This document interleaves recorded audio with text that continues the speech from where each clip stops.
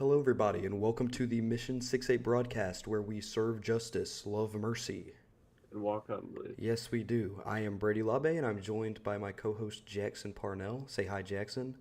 Hello, everybody. How is everyone doing today? It's currently November 11th on a Monday, and well, this is our first recording since after the election, so we are going to be doing election news, obviously.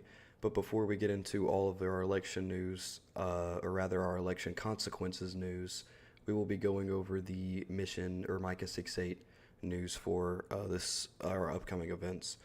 Our real time particulate matter 2.5 is at an 8 today.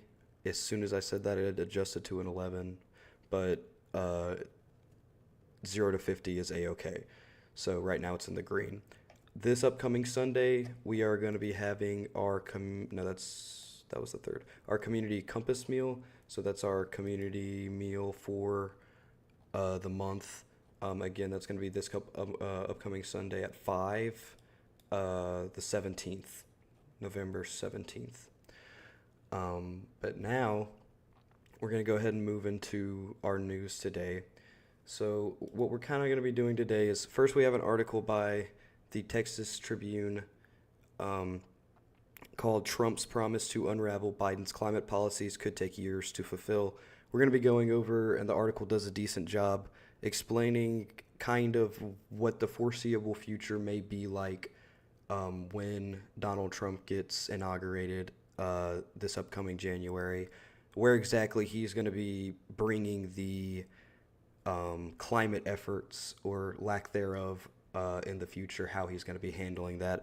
And we've already covered a little bit of it on the show before if you've listened, exactly where Trump stood on a lot of climate policy, but we just feel that in the context of what's happening now, it's appropriate to be going over exactly how the presidency is going to affect some of President Biden's climate laws.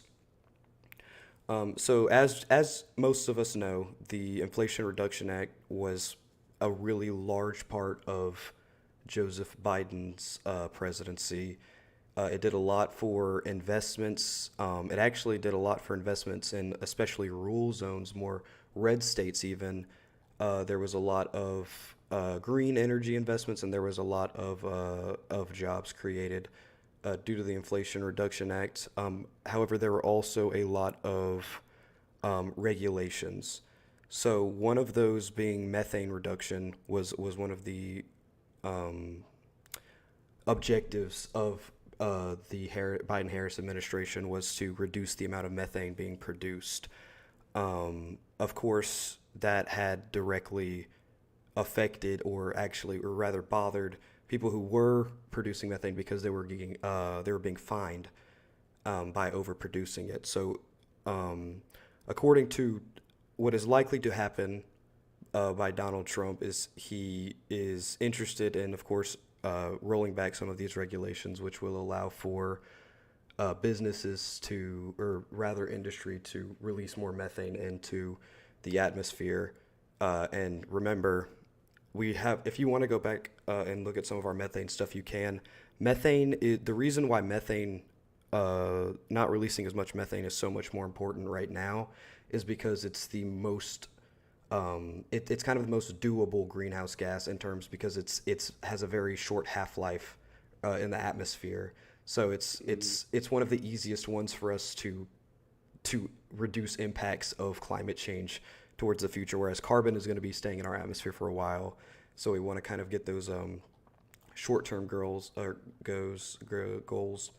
The LNG, particularly related to LNG, we also covered this.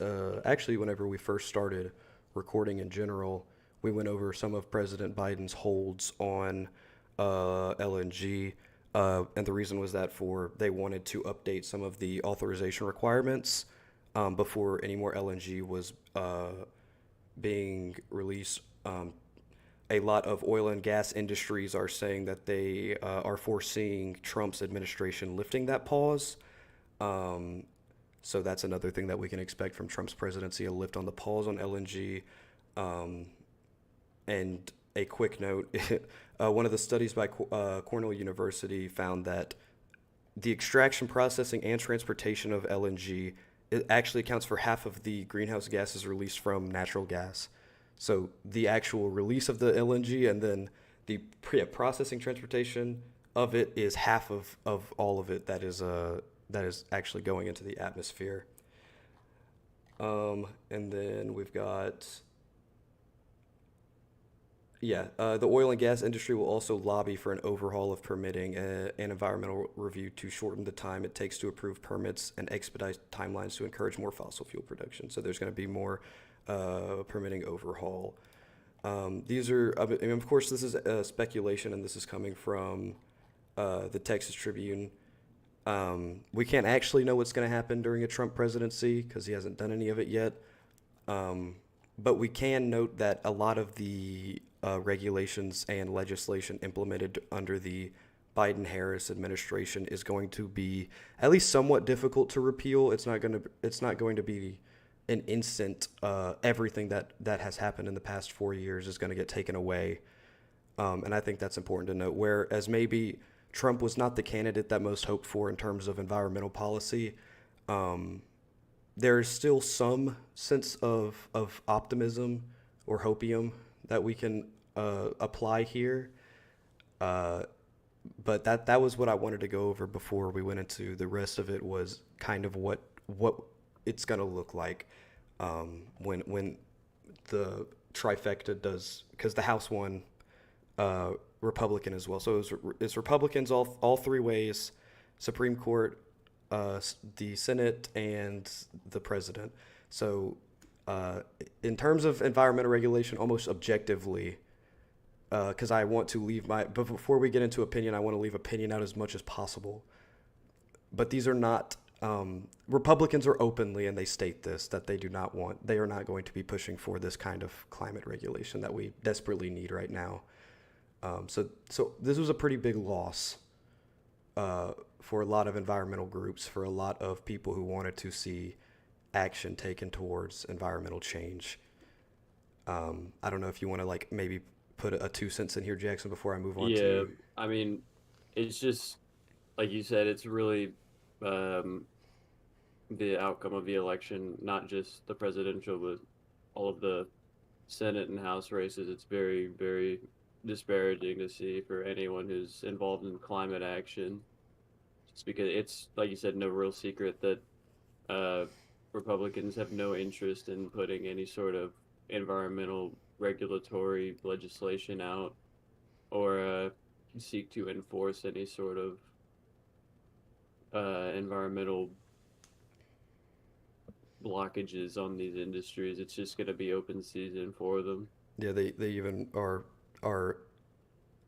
seemingly ready to deregulate stuff we've already put regulations on, which is just not. I mean, this is not the direction we need to be going. We literally, last episode we did that we at the climate conference, that no countries that are actually the main emitters of greenhouse gases are getting close to where we need to be in what is it, 5 years that we have until we can really cut back on emissions. So this is, I mean, I'm not gonna we don't want to sugarcoat it here today. We're gonna be straight up with you guys. We're not trying to cause any panic or anything, but this is not good for this is just not good for environmental policy. Not even opinions aside, just for environment, this is not going to be great. However, I do want to end today going over a few things that are on a positive note in relationship to the election and also just environmental policy.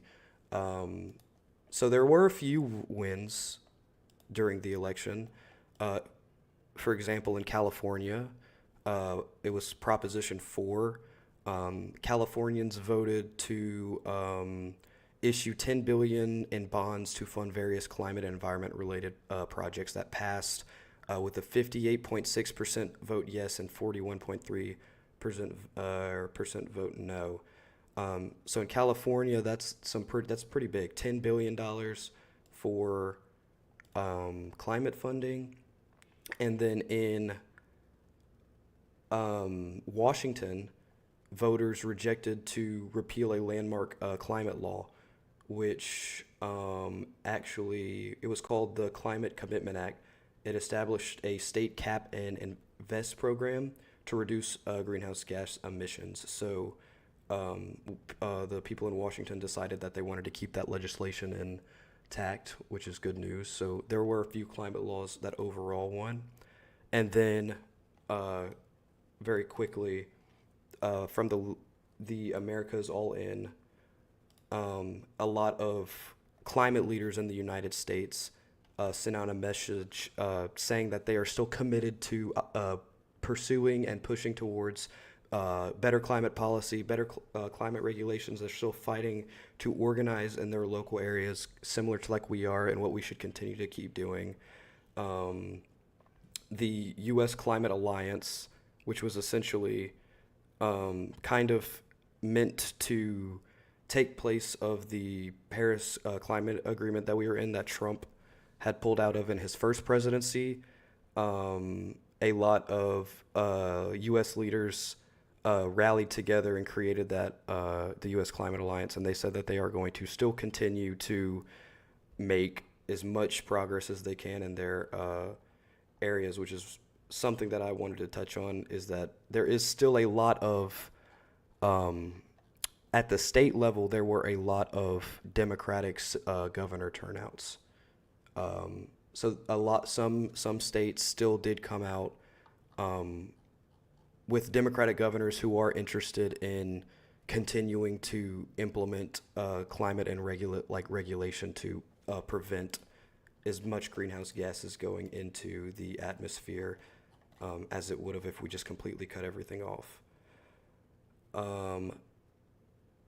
But I think other than that, those were some big wins.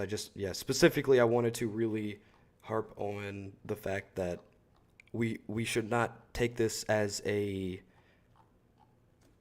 complete and utter tragedy that we can, lose all hope and just sit at home.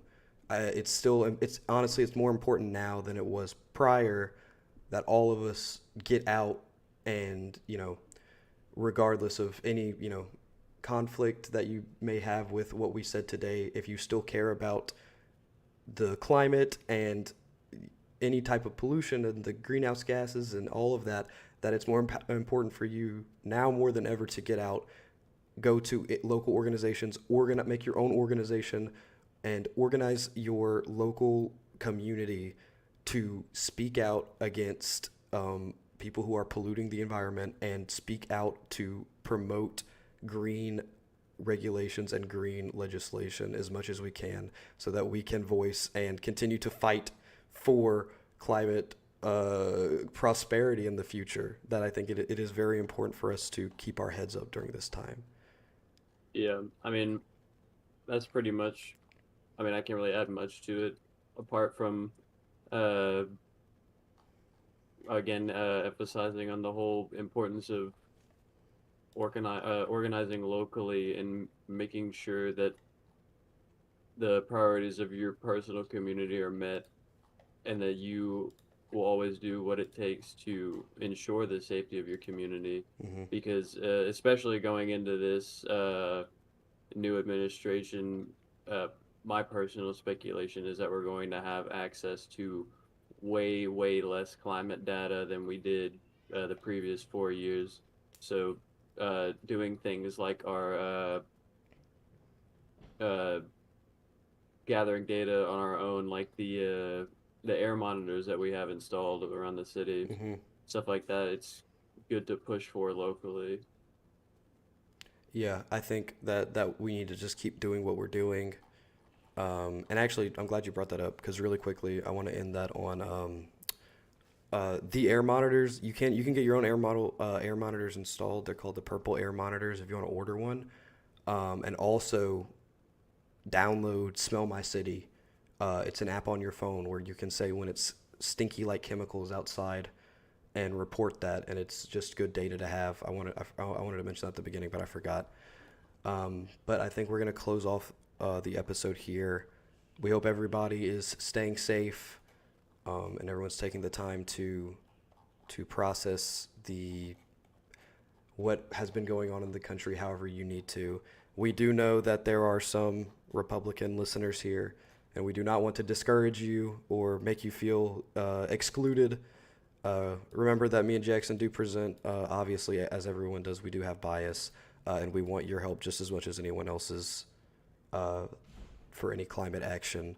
But I think we're going to go ahead and log off for the day and see you guys Wednesday.